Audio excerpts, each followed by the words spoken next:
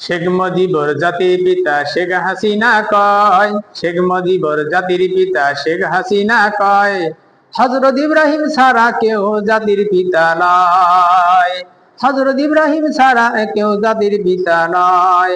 শেখ মুজিবর জাতির পিতা শেখ হাসিনা কয়, হযরত ইব্রাহিম ছাড়া কেউ জাতির পিতা নয়। বাবার মূর্তি মোরে মোরে, বাবার মূর্তি মোরে মোরে যায় মুমিনের হৃদয় পুরে, বিরোধিতা করলে জাগা আয়না ঘরে হয়।